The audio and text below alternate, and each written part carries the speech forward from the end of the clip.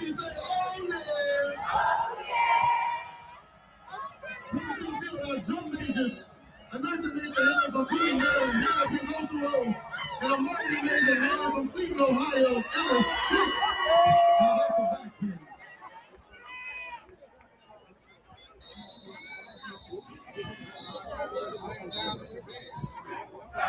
Let's go, SOS!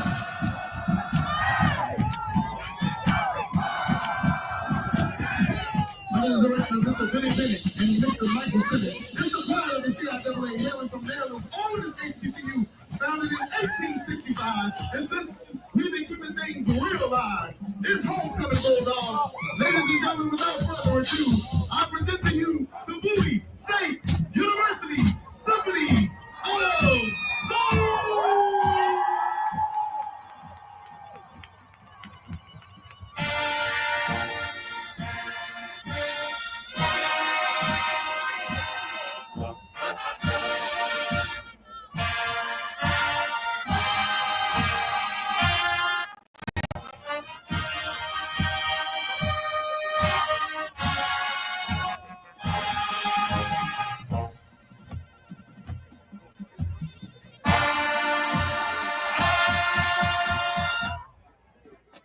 Today we've decided to show some love to some of the world's greatest artists.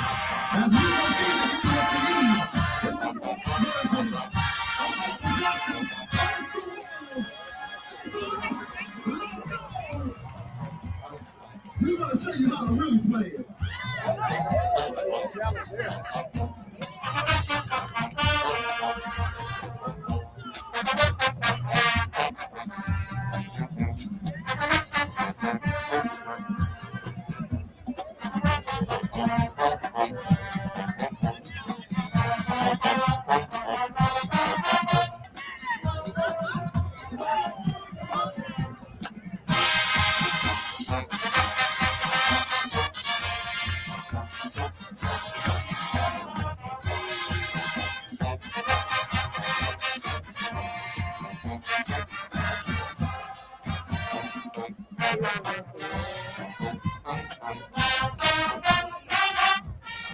We'd like to wish a happy homecoming to all the Bowie State alumni. Make some noise!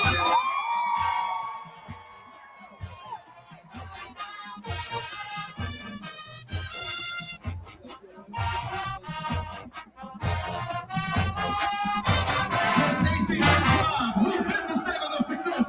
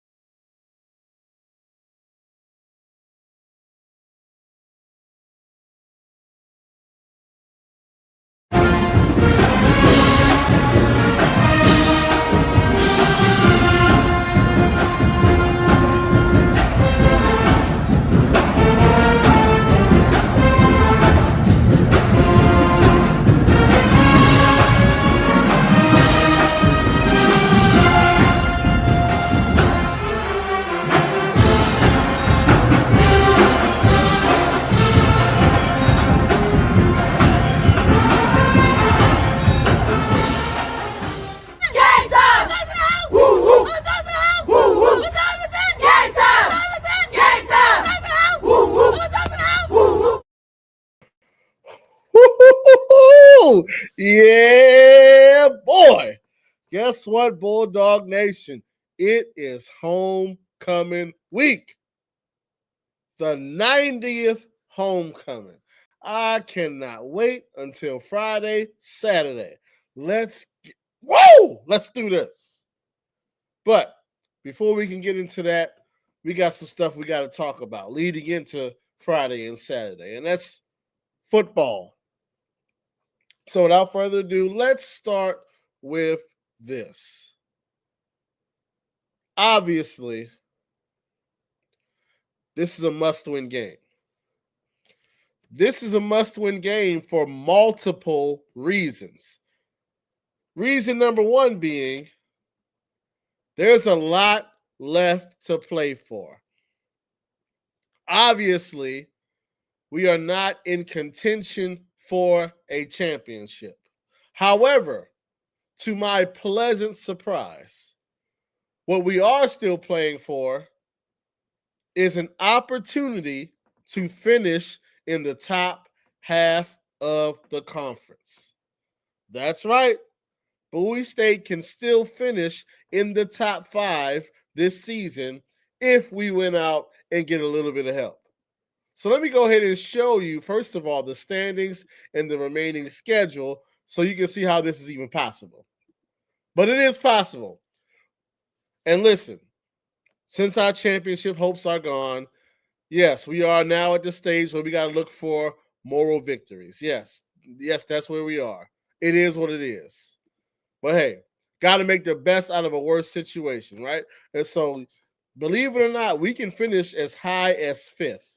Now, 5th, that's going to be a stretch, but 6th place is very doable. Let me explain to you why. Here are the standings. As you can see, we are currently in 10th place, 10th out of 11. That is terrible. It is. However, here's the bright side. Once again, we have 2 games left. Homecoming versus ECSU and on the road versus Little Brother Lincoln, right? And so here, let's look at this. We are 1-4 in conference, 2-6 overall, right? However, we are playing Elizabeth City State, who is 2-6 overall as well, 2-3 in conference. They have 2 conference games left, as do we. One of them is against us. We beat them. We go to 2-4 in conference. They drop the 2-4 in conference. We have the tiebreaker against them.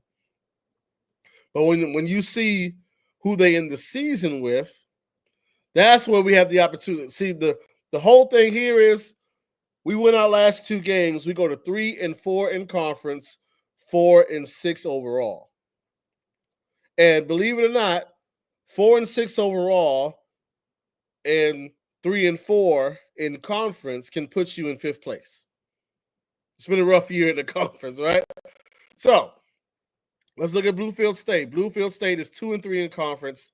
They have 2 conference games left as well. If they win out, which they will not, they would be 4-3, which would be above us. However, we're going to get into these schedules. Winston-Salem State. Isn't it ironic? We could still finish ahead of Winston-Salem State. Winston-Salem State is 4-5 right now. They have 1 game left versus Fayetteville State, and Fayetteville State has a lot to play for. They're 2-4 in conference. If they lose to Fayetteville State, they drop to 2-5. They drop to 2-5 in conference, 4-6 overall. We're 4-6 as well, but we're 3-4 in the conference. We have a better conference record. We finish ahead of them. Shaw, 2-6 overall, 2-4 in the conference. They have 1 conference game left. Right? And so let's look at this. We can't pass Union, obviously. We can't pass Fayetteville. Can't pass JCSU. Can't pass Virginia State. And if Livingstone, here's the thing, we could pass Livingstone provided Livingstone loses out.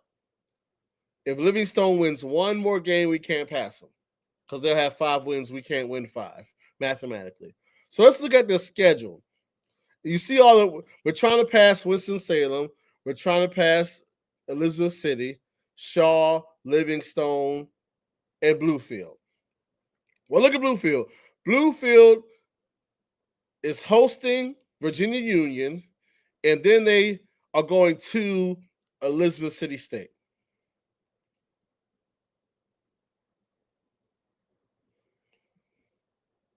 Then you look at Shaw. Shaw is going to Livingstone. We actually need Shaw to win this game.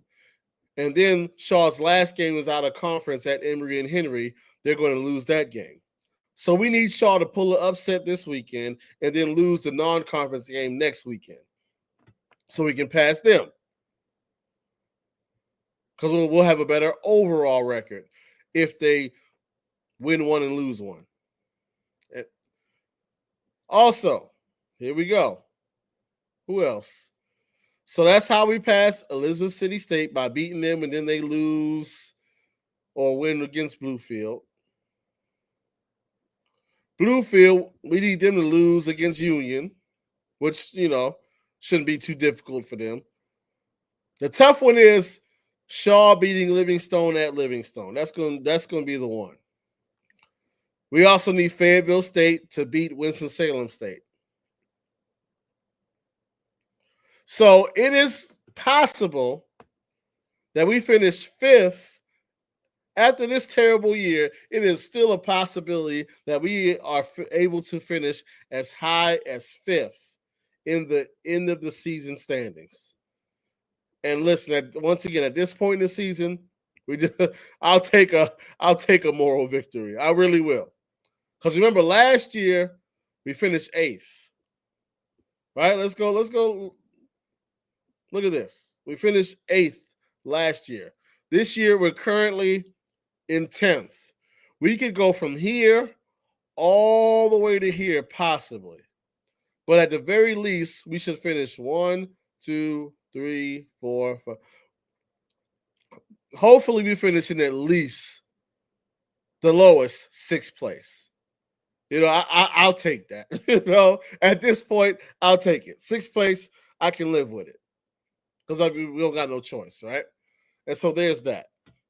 Now, let's go ahead and look at the actual power rankings, for lack of a better term, that we have for week. That's not the right one.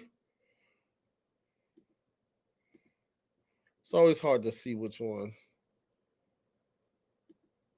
There we go. So, after week 8, after what JCSU did to WSSU, I think they just scored again just now. I moved JCSU up to 1, even though Union beat JCSU.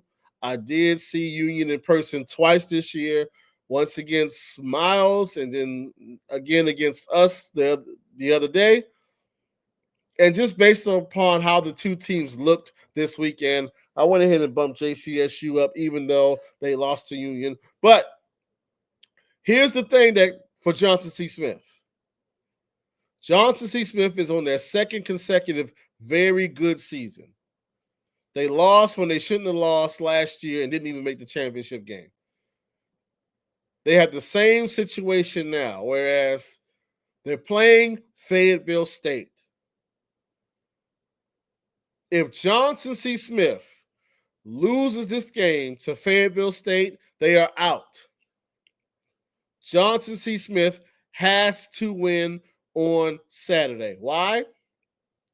Because Johnson C. Smith already has 1 conference loss to Virginia Union. Fayetteville State has not lost a conference game. So if Fayetteville State wins this game, it's over for Johnson C. Smith. Because even if Fayetteville State would have come out in week 10 and lose, that'll be 1 conference loss. That's a tiebreaker over JCSU because they would have beaten JCSU. If JCSU loses this game, it's over. 2nd consecutive year where they had a good season and couldn't finish the job. They have to win this game on Saturday. I got Fayetteville State at 3. Once again, started off slow, but have not lost the conference game. Now, this is where it gets kind of, like I said earlier, it's a down year for the conference, honestly. So Virginia State is there just because, you had to put them there. Somebody got to be in the top 5, right? WSSU, they're 5th. Because they demolished Livingstone for their homecoming, and they beat us, so you got to put them right there, I guess, right? Livingstone at 6 just because, they have a better record than us at the moment, and they found a way to beat us by 1 point, so I got to put them above us. But then there's us at 7. Then there's Bluefield. Then there's ECSU. Then Shaw. And then, of course, winless Lincoln is last. Those are the standings. But, well, not the standings, the rankings. However, something's going to change this weekend. because JCSU, if they want to have a chance to win the championship, even forget win a championship, get to the championship, they have to win on Saturday, or it's over, pretty much. Winston-Salem State on a bye week. Are they going to? The question for them is: are they going to? They just fired their AD. Pretty much, the coach is going to be gone. The question is: are they going to finish and try to say, "Hey, we want to finish 5-5. We don't want to finish with a losing record. We want to beat Fayetteville State." Fayetteville State is like, "Hey, man, we're trying to go to the champions." So that's going to be interesting. All right, those are the rankings going into week 9. Now, let's talk about Bowie State versus Elizabeth City State. Now, I want to be clear on something. Yes, the record is not good for Bowie State. The offense is not good for Bowie State. But even with that being said, let's not lose sight of the fact that we literally lost to Livingstone on the road by a single point with the game-winning touchdown being dropped. We would have won that game. Also, the WSSU game was a one-possession game. The Virginia State game was a one-possession game. Both of those games where we had multiple opportunities to tie or take the lead, and you know what the offense is like. So that's how that went down. Let's not forget, even in the Fayetteville State game, what was the score in the Fayetteville State game at the half? It was 14-7 at the half. They opened it up late because, we couldn't move the ball, couldn't score. This past weekend at Union, what was the score at the half versus the number 13 team in the country on the road? It was 10-0, should have been 10-7. What was the score against the number 13 team in the country with 8 minutes to go in the fourth quarter? It was 17-7. We forced 3 fumbles. Recovered 2, should have recovered all 3, but it is what it is. Why am I bringing this up? I'm bringing this up just to remind you guys, the results have not been what we wanted them to be or what we expected them to be. But at the end of the day, this is not a bad football team. This is a football team with a bad offensive strategy. That's what it is. And think about it, even as bad as the offensive strategy has been, because of all the talent that is on the team, we've still been in a position to have an opportunity to win all these games, overcoming the bad coaching. That's how much talent is on the team. Once again, why does that matter? Because, listen, I'm going to be honest with you guys. I am nervous about this game versus Elizabeth City State, but not because we're a bad team. I'm nervous in this game against ECSU because when you cannot consistently score points, you are vulnerable to be beaten by anybody. That's the issue. That's one of the reasons why I wasn't worried about Bluefield.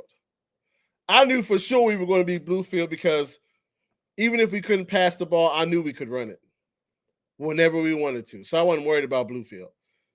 A team that can't stop the run cannot beat Bowie State. Especially not a team that bad at stopping the run, because we're going to run the ball all day long. And that's exactly what we did. ECSU makes me nervous once again, not because they're so good or because we're so bad, but because the offense makes you vulnerable. Now, for those of you who have not watched ECSU, which is probably most of you, because I mean, why would you watch ECSU play football? For what? Why? What's the point of that, right? But don't even worry about it. I saved you guys the trouble because I've watched ECSU play football more than makes logical sense, honestly. And so here's the thing.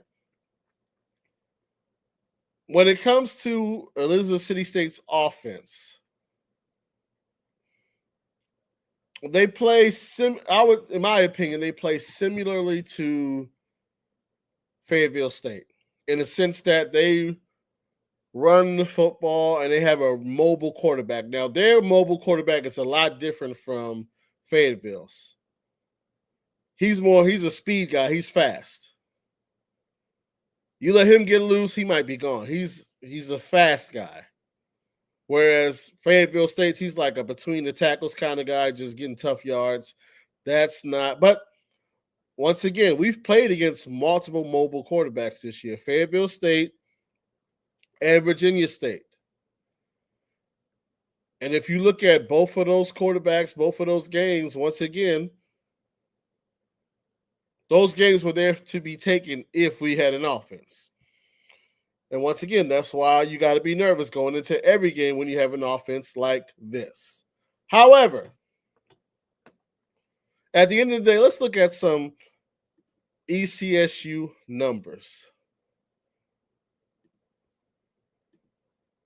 Let's look at them. So, once again, they're 2-6, 2-3 in the conference. They lost to Chowan, who used to be in the conference. They got robbed at Hampton, who turns out Hampton is terrible.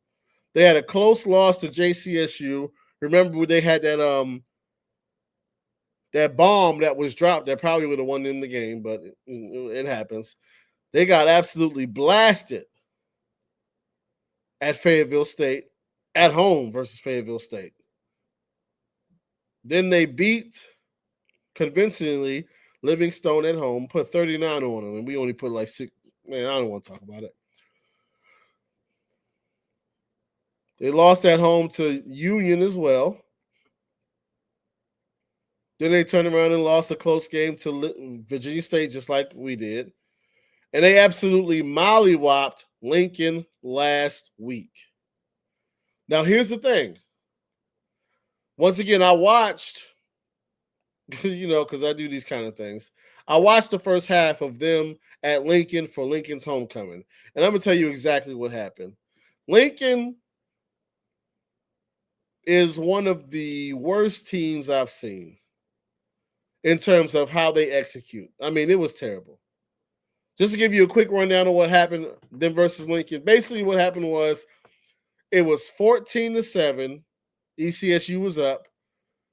Lincoln was in the red zone. They got stopped, so they were going to kick a field goal to put the score at 14-10. The field goal gets blocked and returned for a touchdown. So now it's 21-7 instead of 14-10. Then they turn right around and throw an interception right after that. ECSU scores again. And now it's 27-7 in a matter of minutes when it was about to be 14-10. Then they turned around and gave up another touchdown. And before you know it, it was 34-7 in a span of, no lie, about 5-6 minutes. And after that, homecoming and all, Lincoln packed it up and mailed it in and got completely mollywopped. And that's how that went down. But let's take a deeper dive at ECSU's numbers. What do they do on defense? Because that's what we're looking at. So as you can see, they give up 29 points a game. The question is, how does it happen? Because we got to be real. If it's passing, we struggle to take advantage of against the pass. However, we're going to look at something that I saw in this Lincoln game that said, If our OC has half a brain, first of all, let me go ahead and say this. I'm gonna be real with you. I could be dead wrong. I could be. But and I'm not being arrogant. I promise you I'm not. I'm being real. I don't think our offensive coordinator watches film. I don't think so. And when I say watches film, I don't think he watches games from the opponents that we're going to play. I truly don't. And the reason I say that is because if you do, why would you make the decision that you make? Like, how do you watch film and then come up with the game plans that you come up with? It doesn't make logical sense. So that's why I'm like, I don't think so. But anyway, let's look at this. They give up 181 rushing yards a game, 14 rushing touchdowns.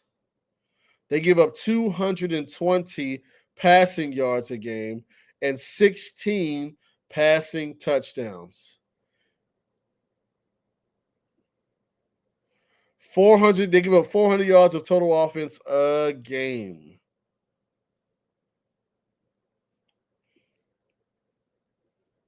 Let me go down here. Teams convert 45% of the third downs against them and 53% of fourth downs against them. Teams have gotten into the red zone 33 times against them and scored 20 touchdowns. Scored 26 times overall. Now, we're going to look at more of that. Matter of fact, we'll do that first. I want to show you guys something that I saw that really sparked my interest in terms of ECSU and their defense, more specifically their secondary. It's a way that they play in the secondary that I think to myself, offensively, if the staff that we have has half a brain, they should be able to come up with a way to take advantage of this. Just seriously. First of all, they give up 180 rushing yards a game. That's number one. They give up 220 yards passing a game. That's number two. And look at, I'm going to show you something. I'm going to see if y'all see what I saw.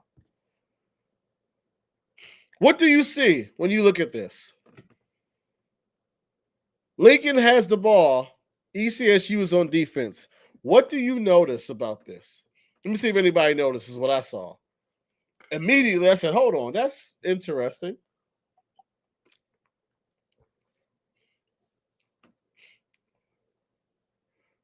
The first thing that I noticed, the first thing that I saw was, hold on. Those DBs play way off the ball. So the first time I saw this, I thought, hold on, is this just this particular situation? Like this down and distance, this formation? Or is this how they play in general? And if this is how they play in general, what do they think about their secondary? Because look at this. These corners, these DBs are playing 10 yards off the receivers. So once again, I said, let me watch this and see if they do this regularly. And so I watched the whole first half, and yes, that's what they do regularly. I'm going to show you another one. Mind you, this is first quarter. Now we're in the second quarter.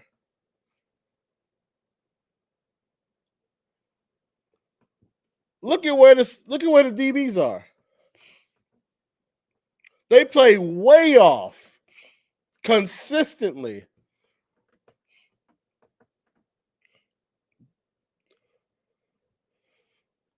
So think about this. They're giving up 180 rushing yards a game, 220 passing yards a game, and they're playing 10 yards off the receivers consistently. Once again, I tell you, if our offensive staff has half a brain, they will find a way to take advantage of this. What about some wide receiver screens? Right? And I'm not talking about the wide receiver screens where you throw it all the way out to the outside. What if the inside receiver goes up to block, the outside receiver is running towards the line to make a shorter distance throw, get it out quicker, get into his hands quicker, and let's dance and go straight up the field. That could be a way to take advantage of it. What about a screen pass to the running back? That could be a way. What about quick slants, curls, comebacks? What about, I know this may sound radical, what about putting the 6'6" tight end in the game? Have him go up the middle, 5 yards, turn around, put his hands up. What about, I don't know, maybe I'm tripping. What about that?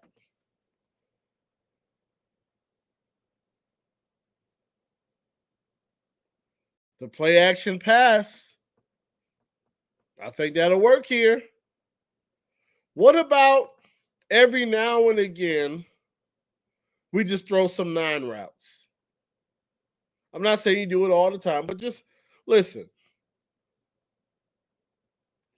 These DBs are 5 yards off, not 5 to 10 yards off consistently all game long because they know they can't cover.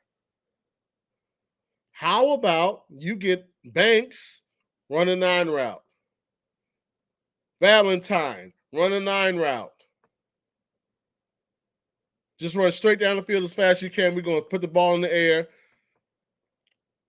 I don't understand why more teams don't do this more often in the CIAA in particular versus certain teams. When you know they have a weak, secondary. 9 times out of 10, depending on who you're playing, those DBs, you throw the ball deep, they are going to panic.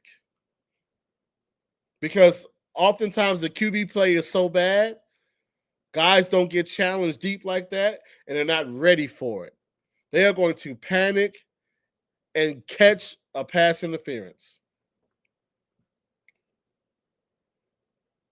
There's no way you're telling me these guys are playing 10 yards off every play and they can contain Antoine Banks. They can contain Challenger Valentine. Excuse me, I forgot the name. They can contain number 4. How about pretend it's Madden for one play? All go. Everybody running the 9 route. Somebody going to get beat. Somebody's going to panic. Somebody's going to fall. Somebody's going to start grabbing. Something good is going to happen.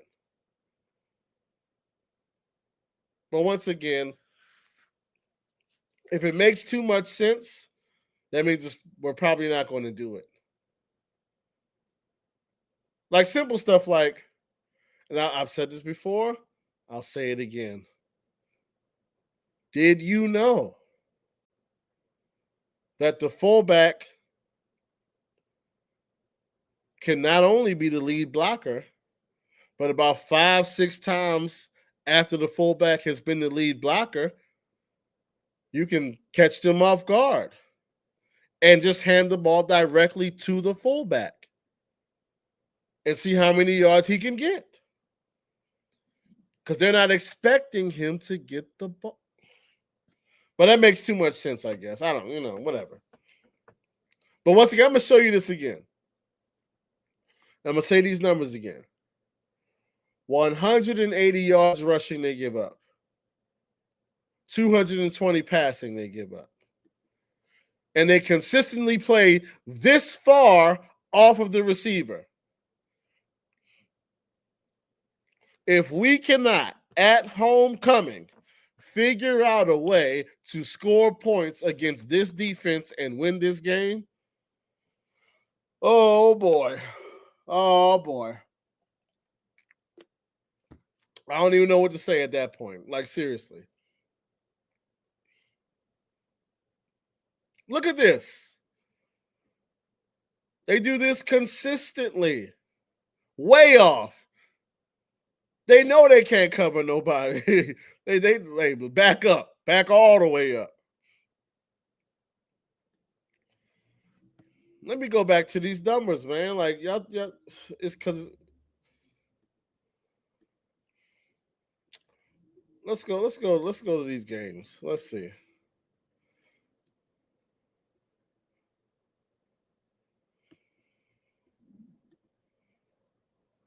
All right.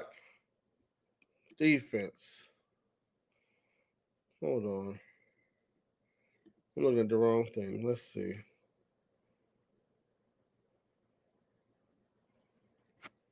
Just the right thing. I'll make sure I'm looking at the right thing. I'm just doing it like this. Go back to the schedule. So they played Chowan. Let's look at what they let Chowan do.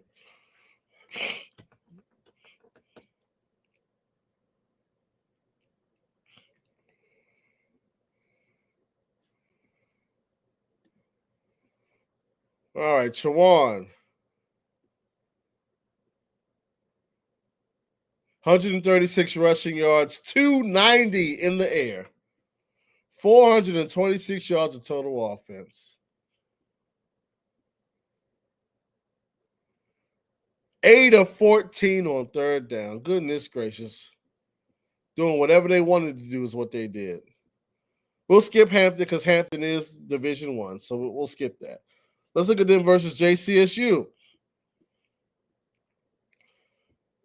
Look at that. 172 rushing yards, which is low for them. 204 passing. 376 total. They played pretty well in this game. Still 8 of 16 on third down now. That's 50%. JCSU, they shut them down in the red zone, which is our weakness. So they had a good game this game. Still lost, though.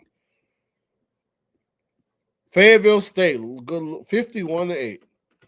Look at this. 145 yards rushing, 3. Oh, my goodness. They let Fayetteville State is not even a passing team. Fayetteville State had 300 passing yards and 4 passing touchdowns. 453 total yards. They had 100 total yards for the game. They put the ball on the ground 4 times. Y'all know how good we are at forcing fumbles. They went they got the red zone 8 times, scored. Let's see, where's the touchdowns? 6 touchdowns. Oh, they were, boy, oh boy, oh boy. Livingstone, a game they won. But let's see what they gave up.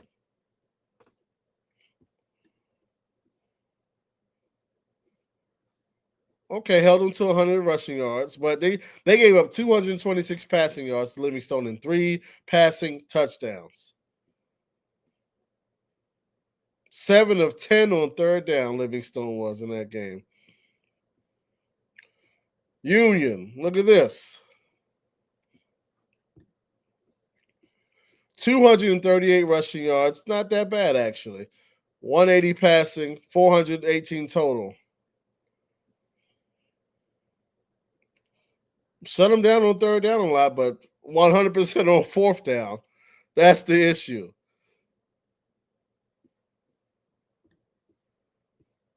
Let's look at them versus Virginia State, a common opponent.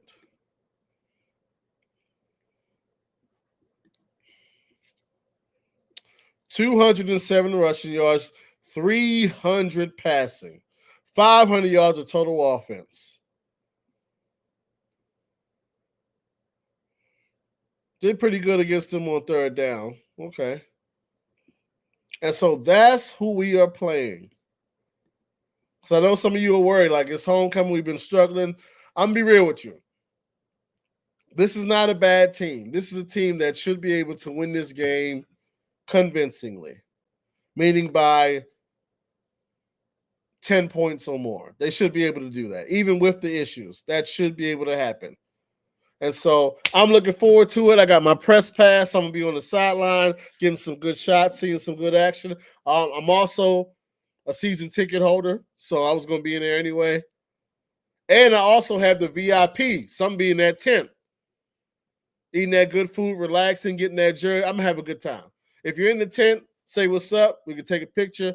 I'm ready to have some fun. Looking forward to seeing y'all. I cannot wait to see y'all on Saturday. We're going to win this game.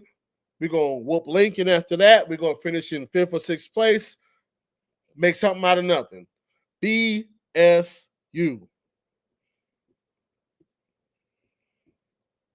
Where's that video at?